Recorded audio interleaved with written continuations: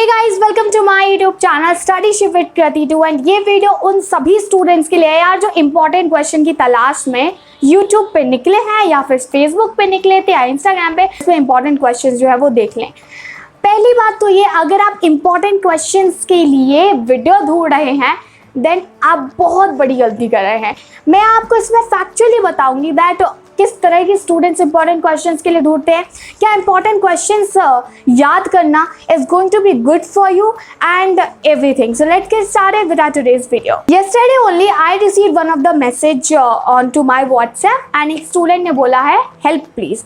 I asked that student that how may I help you with and that student asked the important question needed। ठीक है, बहुत ही short conversation हमारा हो रहा था।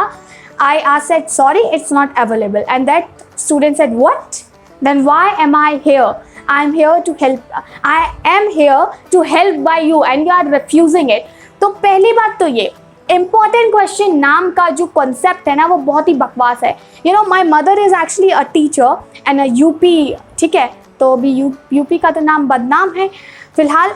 यूपी में वो टीचर हैं एंड मैं बचपन से उनको देखते आ रही हूँ। She used to give a coaching and schools में भी जो उनके मॉडल्स वगैरह आया करते थे, डिफरेंट पब्लिकेशंस के लोग आया करते थे, वो कहते थे मैडम हमारी बुक सजेस्ट कीजिए, हमारी बुक। एंड उसमें ना टिक वाला ऑप्शन चलता था।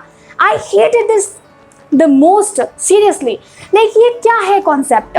मतलब एक chapter is here and teacher asked that question number 1 याद कर लेना, 2 याद कर लेना, 3 याद कर लेना। It means that you are reading just only for exams, right? अगर एग्जाम्स के लिए पढ़े तो कोई बात नहीं है। It means that you are the person who will not secure more than 90%। It's completely fine, ठीक है, आप इंपॉर्टेंट क्वेश्चंस पे लगे रहिए।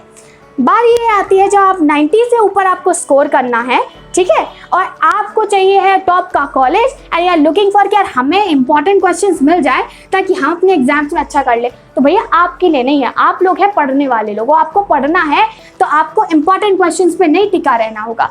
जो बच्चे कॉन्सेप्ट समझते हैं उनकी लाइफ में इंपॉर्टेंट क्वेश्चन नाम की कोई चीज़ ही नहीं रहती।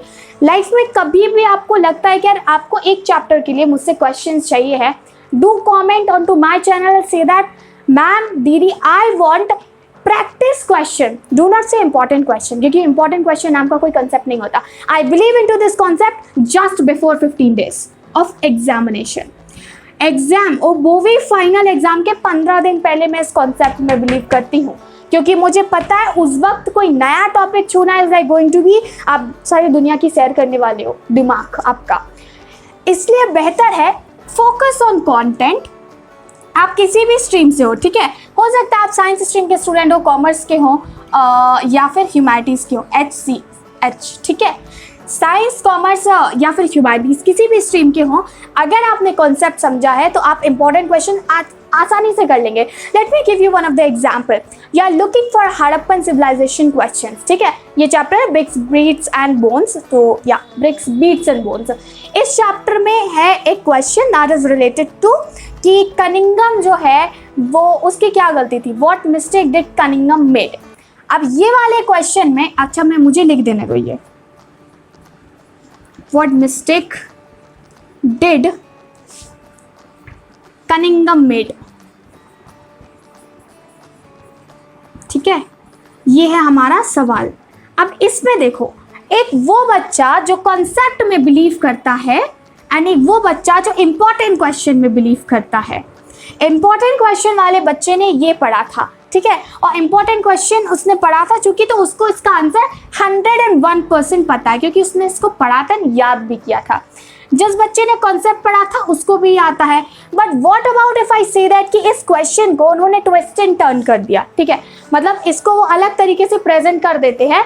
इट मीन्स दैट जिसने इंपॉर्टेंट क्वेश्चन किए होंगे ना वो इस क्वेश्चन को नहीं कर पाएगा। वो तो कहेगा यार हमने तो ये पढ़ा था कि कनिंगम ने कौन सी गलती की थी, ये तो यहाँ पे कह रहे हैं कि what was the method that Cunningham followed while doing excavation in Harappan civilisation, तो वो तो घूम गया ना।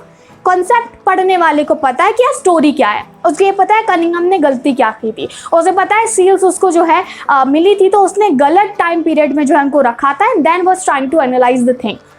इसीलिए कंटेंट समझने वाले और कॉन्सेप्ट समझने वाले अगर पेपर ट्रिकी भी आता है तो वो कर लेते हैं क्योंकि उन्होंने पढ़ा था कॉन्सेप्ट। और जिन्होंने इंपॉर्टेंट क्वेश्चन पढ़े थे वो अगर एक क्वेश्चन से और एक टॉपिक से थोड़ा सा भी ट्रिकी क्वेश्चन आ जाता है ना, वो अटेम्प्ट ही नहीं कर पाते। I had my lot of friends in class 10th, क्योंकि 12th में तो कोई था ही नहीं, ठीक है। अब क्लास 10th में मुझे पता है कि I am the person, to be very honest, मुझे कुछ याद नहीं रहता। मतलब मैं जो क्वेश्चन है ना वो याद नहीं कर सकती, इनके आंसर्स याद नहीं कर सकती, मैं भूल जाती हूँ। It's completely fine, I don't have any problem with this.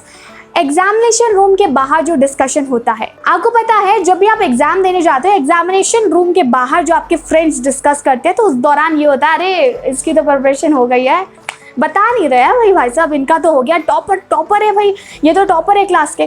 तो ऐसा होता है। I was among the student जो अच्छा करती थी क्लास में, ठीक है। I was not extra ordinary, I won't say lie actually, but I am the person जो अच्छे स्टूडेंट में काउंट की जाती है। मुझे जब भी देख के बोलते थे लोग, यार ये तो कर लेगी, ये तो कर लेगी।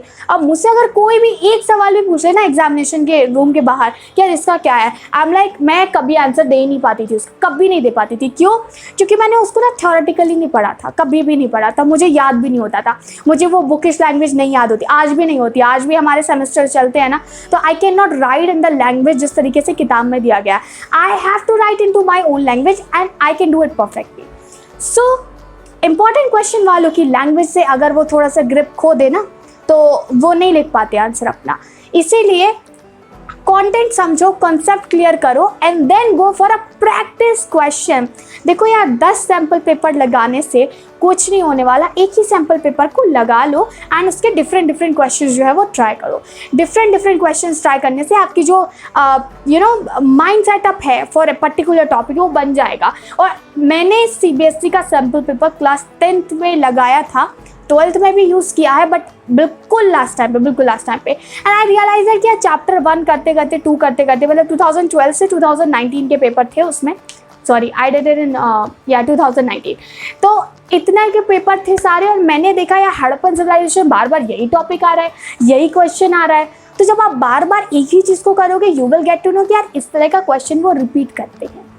This was for all those who want to secure more than 90%। बाकी के लिए मैं कहूँगी यार भाई, आपको इंपॉर्टेंट क्वेश्चन करना है तो प्लीज़ कीजिए।